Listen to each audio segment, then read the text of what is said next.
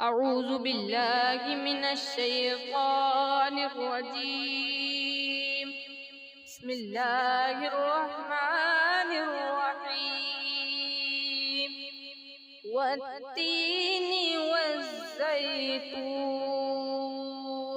وطور سينين وهذا البلد الأمين.